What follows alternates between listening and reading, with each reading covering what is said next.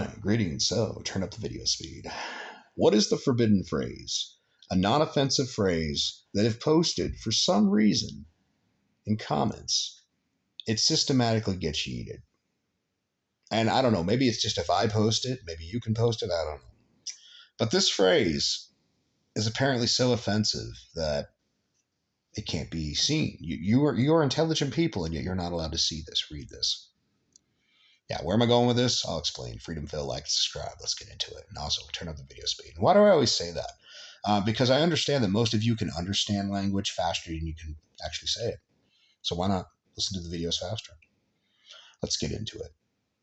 The forbidden phrase is, and I know a lot of you will be like, oh, I can't believe it is, retirement by the age of 30 in America. And you say that's impossible, but mostly because you've never been shown anything other than what you've been shown.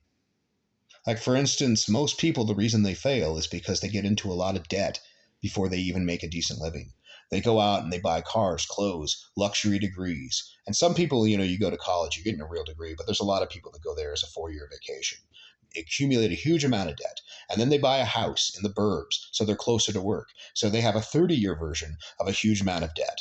And then their cars and clothes. You're like, we need a vehicle with this emblem on it, and you pay how much every month of your life away. You add up all the interest, and you do it with compound interest over the course of your life, and most of your life was literally paid to impress other people who do not care about you. If that sounds familiar, it's because not only has Dave Ramsey said it, Aaron Clarey has said it, several other people have said it. Now, when I say retirement by the age of 30, you're like, well, how would you do that? I do a job when I choose to work that is so basic. You'd be surprised how much money it makes, and there's a reason it makes more money. So this is part of the unlocking of what your potential is. It doesn't have to be the job that I do. You could be doing it with some sort of like college degree, or trade or whatever. The key thing is get your expenses while you're young as low as possible.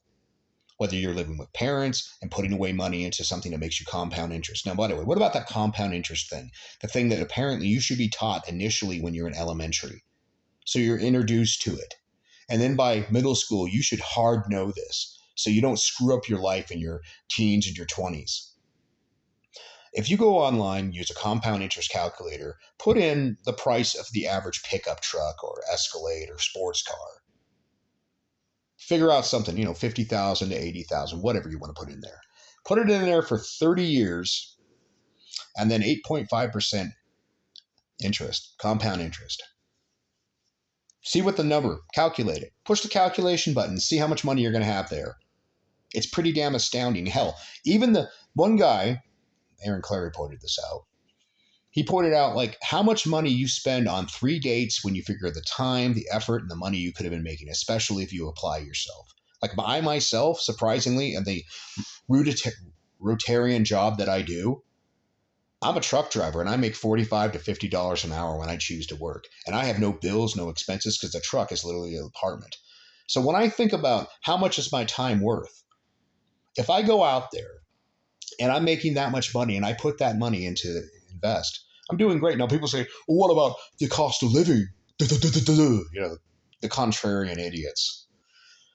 Well, for instance, because I have no rent, no utilities, no problems, that money can be making me money. I could be living off, when I'm out on the road, I could be living off like 5,000, like anywhere from 30. I think the numbers were 3,600. So $200 to $300 a month.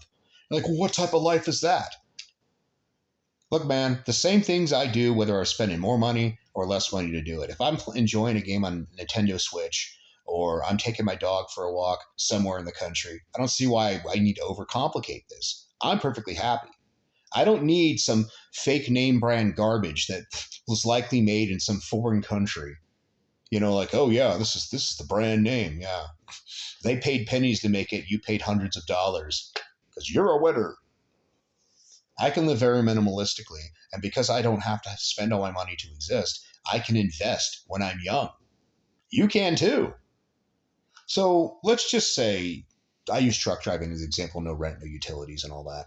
And you're making, 80, let's say after a few years, you're making 100K per year.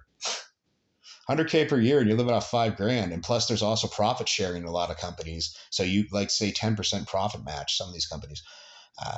You put in 10,000, they put in 10,000, basically that just paid your federal taxes. Now, even further, some states don't have state income taxes. Wild, right? So if you weren't paying state income taxes and you're basically, your federal taxes were effectively being paid through one, your deductions that you can already do, then your investment, your profit match, which probably goes into your deductions. So you basically still have you have all your money basically there because part of it's already been invested. And the other part, you're living off like, say, 5 grand a year. And then you have what, 75, 80K or more to actually put into like something that makes you compound interest.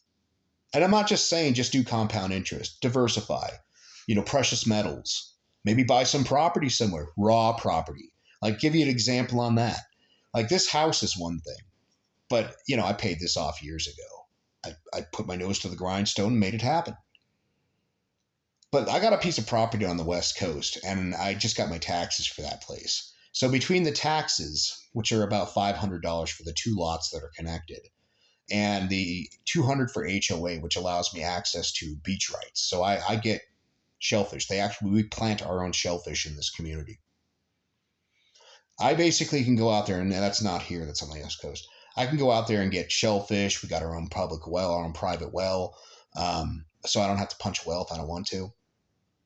I could just go there, set up like a camper, an RV, and my cost of living per month is $60 to society between taxes and HOA. $60. Do you think you can afford $60? What about this house? Because the house is paid off. We did a remodel on it, so there was some investment on that. And by the way, thank you to the relative that helped me work on it. My cost of living on the day-to-day bills per month is $130 for water, sewer, and maybe 40 to 80, 40 during the summer, like 20 to 40 during the summer, and maybe up to 80 during the winter, electric heated. So I'm just kind of wondering, how much better would your life be if you paid cash for things, invested while you're young? Now, people say, well, how do I find a cheap house? As I've said in many videos, fairly simple. You just get on Google Maps, look up the names of cities, and see what the property costs there. And then once you find a bunch of places that may be potentially good, make sure to look up the crime rates, look up if there's ever been some sort of pollution disaster or something, look up for any weird things about the area, and then do a reconnaissance mission and see if it works out. And this is part of the reason I recommend truck driving, because you'll see all these different other parts of the country. But like I said, it doesn't have to be truck driving. If you were living with your parents, but you were a plumber in the early phase, and the argument you make to your parents is, for one thing, if you're successful when you're young, that means you'll be successful when you're far younger, and you'll also be able to help take care of your parents much better. You won't be strapped for cash. Or maybe you do the van life thing. I've met digital nomads. People, they're highly skilled in the tech world, and they have they got every version of way to get onto the internet, multiple ways, claiming on their taxes, by the way. And they basically go out there and they do contract work from anywhere they're at in America. Life doesn't have to be played. I know you think you're doing it on easy mode. Brah, look at my vehicle. Brah, look at my clothes. Brah, look at my fancy whatever. I got the boat. I got the Harley. All on payments. Life doesn't have to be on hard mode. Doesn't. But most of you do it that way.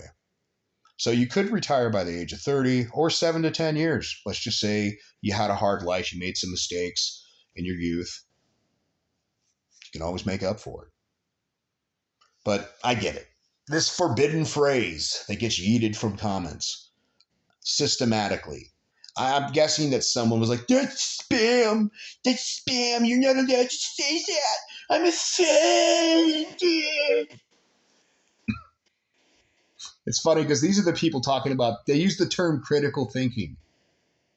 Critical thinking, or intellectuals, or the dumbing down of society. And most of you couldn't even fathom what I've just taught you for free. For free. I should write a book. I really should. I should get off my ass and write a book. Or hell, steal the idea, write the book and get rich. I don't give a fuck because I don't need the money. I'm just saying. It's a little weird from a bunch of people that tell me we're dumbing down society. On a lot of these platforms, you're not allowed to talk about something that has just common sense. Just saying. Freedom Phil, take it easy.